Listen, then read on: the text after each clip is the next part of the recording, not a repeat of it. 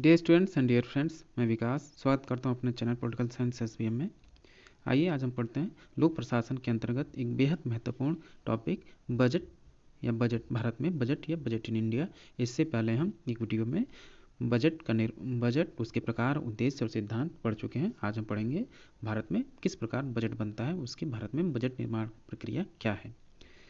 ये आपका paper subjective है और रिटन बेस्ड है, इसलिए आपका एक बेहद महत्वपूर्ण टॉपिक है, आप इसको अच्छे से पढ़ लीजिए। आगे बढ़ने से पहले एक रिक्वेस्ट है, अगर आप चैनल पर नए हैं या पहली बार विजिट कर रहे हैं तो प्लीज़ चैनल को सब्सक्राइब कीजिए, साथ ही वीडियो को पूरा देखिए, पसंद आए तो लाइक कमेंट शेयर अवश्य करें। आइए आगे बढ़ते हैं। बजट किसी भी राष्ट्र के लक्ष्यों का दर्पण होता है। यह एक वित्तीय योजना है। स्वतंत्र प्राप्ति के पश्चात वित्तीय प्रशासन के उद्देश्यों, नीतिगत ढांचों एवं पर्यावरण में उग्र परिवर्तन हुए। इन्हें स्वतंत्र भारत की आवश्यकताओं व अपेक्षाओं के अनुरूप बनाया गया। भारत ने लोक कल्याणकारी राज्य का आदर्श स्वीकार किया। लोक कल्याणकारी राज्य वह होता है जो सभी लोगों के कल्याण हेतु प्रयासरत रहता है। बजट कल्याणकारी योजनाओं को प्रस्तुत करने का सबसे अधिक सशक्त साधन है। आज़ादी के बाद बजट ही उपकरण था जिससे उभरते भारत की तस्वीर को ढाला जा सकता था। भारत के दासता से स्वतंत्र होकर गणतांत्रिक राज्य बनने से लोकमत एवं वित्तीय प्रशासन को लक्षित करने वाले आकांक्षाओं तथा नीतियों और प्रक्रियाओं के मध्य द्वंद्व एक ही दिन में मिट गया।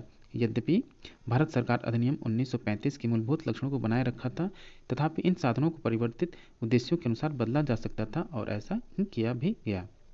भारत में बजट प्रक्रिया संविधान के अनुच्छेद 112 से 117 तक में दिए गए प्रावधानों का पालन करती है। इसके अनुसार संघ का वार्षिक बजट, जो आय व्यय अनुमानों का वित्तीय विवरण कहलाता है, संसद के दोनों सदनों के समक्ष प्रत्येक वित्तीय वर्ष के संबंध में प्रस्तुत किया जाना चाहिए। तो भारत में जो भी बजट प्रक्रिया है, भारतीय संविधान में अनुच्छेद 112 से लेकर 117 तक में उसको विधिवत वर्णित किया गया है, विस्तार से वर्णित किया गया है। और जो आपका बजट है, बजट के एक प्रकार से हम किसी भी सरकार का या राष्ट्र का जो आय व्यय के अनुमानों का वित्तीय विवरण को हम बजट कहते हैं, वो भारतीय संविधान के अनुसार संसद के दोनों सदनों के समक्ष रखा जाएगा और उसको पास करना अनिवार्य है। भारत में बजट का इतिहास देख लेते हैं। भारत में आधुनिक बजट प्रणाली की शुरुआत ब्रिटिश काल में गवर्नर जनरल की कार्यकारिणी परिषद के वित्त सदस्य जेम्स विल्सन ने 1860 को बजट प्रस्तुत करके की। यानी भारत में सबसे पहले बजट का प्रस्तुत किया गया 18 फरवरी 1860 को। और प्रस्तुत करने वाले कौन थे? गवर्नर जनरल की कार्यकारिणी परिषद के एक सदस्य जेम्स विल्सन, और उस समय आपका वायसरॉय कौन था? लॉर्ड कैनिंग थे। तो 1860 से भारत में अप्रैल से मार्च का बजट वर्ष या वित्तीय वर्ष की प्रणाली शुरुआत हुई। स्वतंत्र भारत का प्रथम केंद्रीय बजट 26 नवंबर 1947 को आर.के. षणमुखम शेट्टी के द्वारा प्रस्तुत किया गया और 1992-93 के बजट से भारत में आर्थिक उदारीकरण की शुरुआत की गई। 1999-2000 तक केंद्रीय बजट फरवरी माह के अंतिम कार्य दिवस को सायं 5 बजे घोषित किया जाता था। यह औपनिवेशिक परंपरा थी। 2000-2001 से केंद्रीय बजट का समय बदल दिया गया एवं इसे दिन में 11 बजे घोषित किया जाने लगा। वित्त वर्ष 2017-18 से आम बजट 1 फरवरी को प्रस्तुत किया जाने लगा। संसद में आम बजट वित्त मंत्री द्वारा प्रस्तुत किया जाता है तथा अभी तक रेल मंत्री रेल बजट प्रस्तुत करते आए हैं। तो भारत में सबसे पहले बजट प्रस्तुत करने का श्रेय तत्कालीन वित्त मंत्री आर.के. षणमुखम शेट्टी के द्वारा प्रस्तुत किया गया और 1992-93 से आपको पता है कि आर्थिक उदारीकरण की नीति अपनाई गई और 2017-18 के बजट से वित्तीय वर्ष से जो आपका बजट पहले 1 फरवरी माह के अंतिम कार्य दिवस का होता था और वो अब फरवरी माह के 1 तारीख को ही बजट पेश कर दिया जाता है। और ये कब से शुरू हुआ? 2017-18 से। अब तो पहले 1921 से 1921 में एक समिति की सिफारिश पे रेलवे बजट और आम बजट को अलग किया गया और 2017 से रेलवे बजट आम बजट को एक में मिला दिया गया। यानी अब रेलवे बजट को समाप्त कर दिया गया है। अब एक ही बजट पेश किया जाता है, वो आम बजट। भारत में बजट सरकार की प्राप्तियों एवं भुगतानों को 3 भागों में दर्शाता है, जिनके अंतर्गत सरकारी खाते रखे जाते हैं। एक है इसमें संचित निधि, आकस्मिक निधि और सार्वजनिक खाता। संचित निधि अनुच्छेद 266, आकस्मिक निधि अनुच्छेद 267 और सार्वजनिक खाता भी आपका 266 के अंतर्गत ही आता है। तो आइए अब पढ़ते हैं भारत की संचित निधि।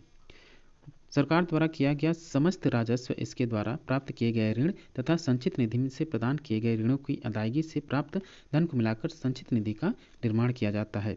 सरकार का समस्त व्यय यानी खर्चा संचित निधि से संचित निधि में से किया जाता है तथा इस निधि में से संसद की स्वीकृति के बिना कोई भी राशि निकाली नहीं जा सकती, अर्थात इसमें से धन लेने से पहले संसद की अनुमति जरूरी है।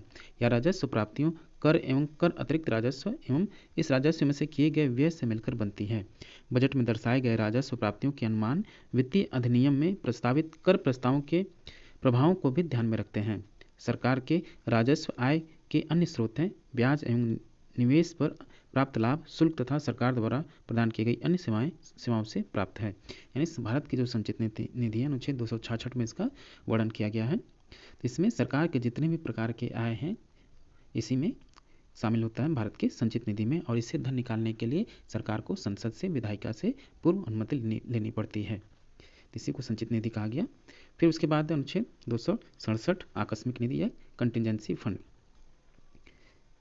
ऐसे आपात अवसर भी आ सकते हैं जबकि सरकार को कोई भी अत्यावश्यक आकस्मिक व्यय संसद की स्वीकृति के विचाराधीन हुए बिना भी करना पड़े। आकस्मिक निधि राष्ट्रपति के अधिकार में दी गई अग्रिम धनराशि है जो कि इस प्रकार के व्यय के लिए होती है जिन्हें आवश्यकता पड़ने पर अचानक व तुरंत करना होता है। इस व्यय के लिए राशि निकालने के लिए संसदीय स्वीकृति बाद में ले ली जाती है तथा आकस्मिक निधि में से निकाला गया धन उसमें वापस लौटा दिया जाता है। अभी संसद द्वारा अधिकृत इस निधि में कुल संग्रहित राशि 500 करोड़ रुपए है। यानी जो भारत की आकस्मिक निधि है, कंटिजेंसी फंड है, उसमें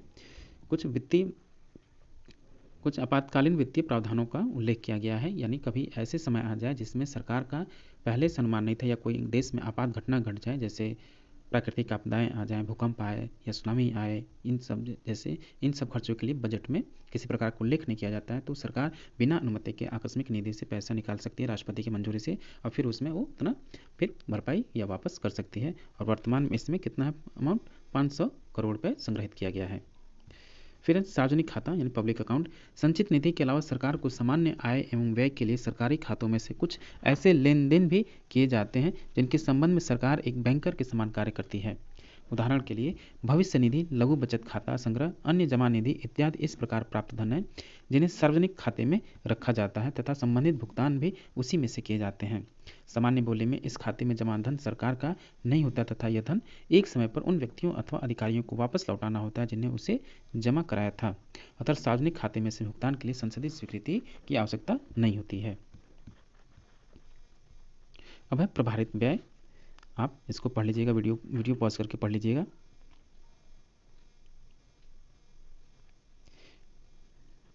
आइए भारत के बजट के घटक देखते हैं। भारतीय बजट के घटक कौन कौन से घटक हैं। एक तो राजस्व बजट है और दूसरा पूंजी बजट है। तो राजस्व बजट क्या है? यह राजस्व प्राप्तियों यानी कर एवं कर के अतिरिक्त जो और भी राजस्व प्राप्त होते हैं इस राजस्व में से किए गए व्यय से मिलकर बनता है। बजट में दर्शाए गए राजस्व प्राप्तियों के अनुमान वित्तीय अधिनियम में प्रस्तावित कर प्रस्तावों के प्रभावों को भी ध्यान रखा जाता है। सरकार के राजस्व आय के अन्य स्रोत हैं जैसे ब्याज एवं निवेश पर प्राप्त लाभ, शुल्क तथा सरकार द्वारा प्रदान की गई अन्य सेवाओं से प्राप्त आय।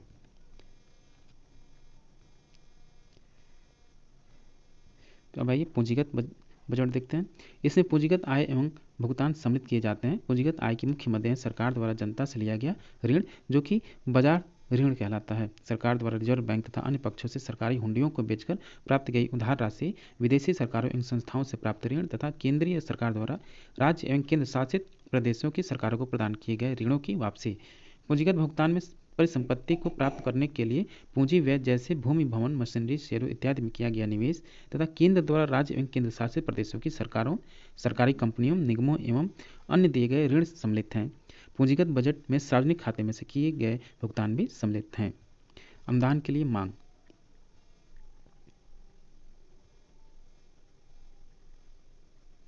अब देखिए भारत में बजट निर्माण कैसे होता है। बजट निर्माण का अर्थ है बजट अनुमानों का, अर्थात प्रत्येक वित्त वर्ष के संबंध में भारत सरकार के व्यय और इन व्यय जो उसका खर्च है, प्राप्तियों और उसका खर्च के लिए प्राप्त कहाँ से आय कहाँ से मिल रहा है, उसके संसाधन कहाँ से प्राप्त हो रहे हैं, उन्हीं सबके अनुमानों का विवरण भारत में वित्त वर्ष 1 अप्रैल से 31 मार्च तक होता है और ये अमेरिका में 1 जुलाई से शुरू होता है 23 जून तक। वर्ष 2016-17 तक भारत के 2 बजट पेश किए जाते थे, रेलवे बजट और आम बजट। 1921 में एकवर्थ कमेटी की सिफारिश पर रेल बजट को आम बजट से अलग कर दिया गया था। रेल बजट में केवल रेल मंत्रालयों के खर्चों और आमदनी के अनुमान होते हैं, जबकि आम बजट में भारत सरकार के सभी मंत्रालयों के व्यय और प्राप्तियों के अनुमान शामिल हैं। 1921 से एकवर्थ कमेटी की सिफारिश पर भारत में दो बजट पेश किए जाते थे, एक रेल बजट और आम बजट, परंतु 2017 से अब भारत में केवल एक ही बजट पेश किया जा रहा है, वो आम बजट। उसी में रेलवे बजट को भी सम्मिलित कर दिया गया है। इस बात को आप लोग नोट कर लीजिएगा। बजट निर्माण अभिकरण एजेंसी क्या है? बजट निर्माण के कौन कौन से अभिकरण या एजेंसीज हैं? एक तो है आपका वित्त मंत्रालय, दूसरा है प्रशासनिक मंत्रालय यानी कार्मिक मंत्रालय आपका, तीसरा है नीति आयोग, इससे पहले योजना आयोग था और ये 1 जनवरी 2015 से कार्यरत है। नियंत्रक एवं महालेखा परीक्षक यानी सीएजी का भी इसमें इंपॉर्टेंट रोल है। अवस्थाएं और प्रक्रियाएं क्या हैं? सबसे पहले आहरण एवं वितरण अधिकारियों द्वारा अनुमानों की तैयारी,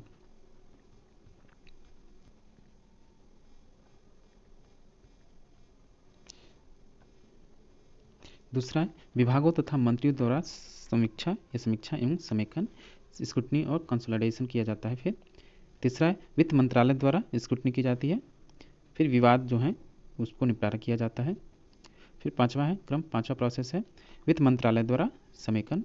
फिर छठा स्तर आपका छठा प्रोसेस है मंत्रिमंडल द्वारा अनुमोदन। फिर बजट अधिनियम, जो बजट है आपका वो अधिनियम या कानून के रूप में किस प्रकार आता है? बजट अधिनियम का अर्थ है संसद द्वारा पारित और राष्ट्रपति द्वारा अभिपुष्ट बजट की स्वीकृति, अर्थात प्रत्येक वित्त वर्ष के संबंध में भारत सरकार की अनुमानित प्राप्तियों और खर्चों के वार्षिक वित्तीय विवरण को स्वीकृति प्रदान करना। इससे सरकारी प्राप्तियों, आय और खर्चों को वैधानिकता मिल जाती है। इसका अर्थ है कि बजट को पारित किए बिना सरकार न तो धन एकत्र कर सकती है और न ही खर्च कर सकती है। आम बजट और रेलवे बजट दोनों पर यह कार्यविधि लागू होती है। फिर संवैधानिक व्यवस्थाएं क्या है? प्रत्येक वित्तीय वर्ष के संबंध में राष्ट्रपति उस वर्ष के लिए भारत सरकार की अनुमानित प्राप्तियों और खर्चों के विवरण को संसद के दोनों सदनों में प्रस्तुत कराएगा। इसे वार्षिक वित्तीय विवरण कहा जाता है। याद रखिए संविधान में बजट शब्द का उल्लेख नहीं है, इसकी जगह वार्षिक वित्तीय विवरण प्रयोग किया जाता है अनुच्छेद 112 के तहत। इसी प्रकार अनुच्छेद 113 है, अनुच्छेद 114 है। वीडियो पॉज करके पढ़ लीजिएगा। अधिनियम की अवस्थाएं क्या है? यानी सबसे पहले आपका बजट का प्रस्तुतिकरण किया जाता है और लोकसभा के नियम संख्या 213 के तहत ये व्यवस्था की गई है।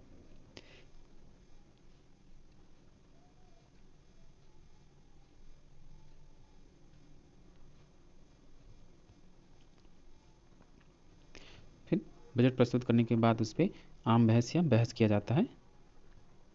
फिर अनुमान मांगों पर मतदान किया जाता है बहस के बाद।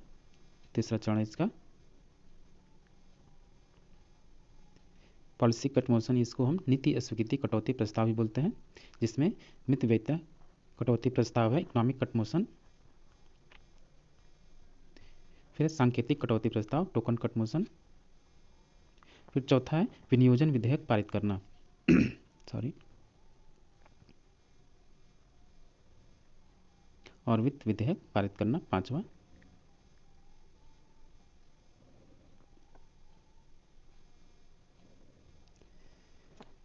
भारत में बजट का निर्माण एवं अधिनियम की लंबी प्रक्रिया है। व्यवहार में वित्तीय विधेयक बजट के आय पक्ष को वैधानिकता प्रदान करता है और बजट अधिनियम की प्रक्रिया को पूरा करता है।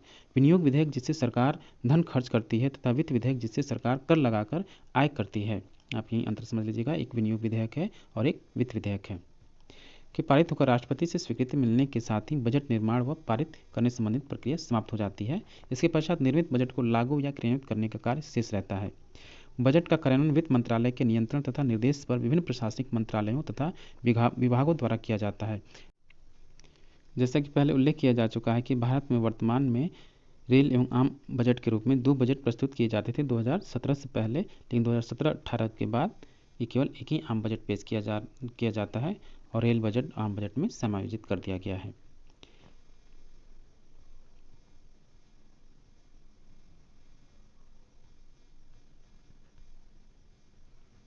आप एक महत्वपूर्ण बिंदु पढ़ लीजिएगा रिवीजन के तौर पर। स्टूडेंट्स, ये था भारत में बजट निर्माण की प्रक्रिया, बजट प्रोसेस। ये आपके बीए थर्ड ईयर लोक प्रशासन का एक बेहद महत्वपूर्ण टॉपिक है। आप इसको पढ़ लीजिएगा, छोटा मोटा है, ज़्यादा टफ नहीं है और नहीं ज़्यादा बड़ा है, आपके काम भर का है। आप इतना लिखेंगे बहुत बढ़िया रहेगा। आपका रिटर्न है, अच्छा से एक बार से पढ़ लेंगे तो वो दिमाग में बैठ जाएगा। तो आप इसको रिवाइज करते रहिएगा और वीडियो को पूरा देखिए। और अपने दोस्तों में अवश्य शेयर कीजिए। मिलते हैं आपसे नेक्स्ट वीडियो में and thank you for watching.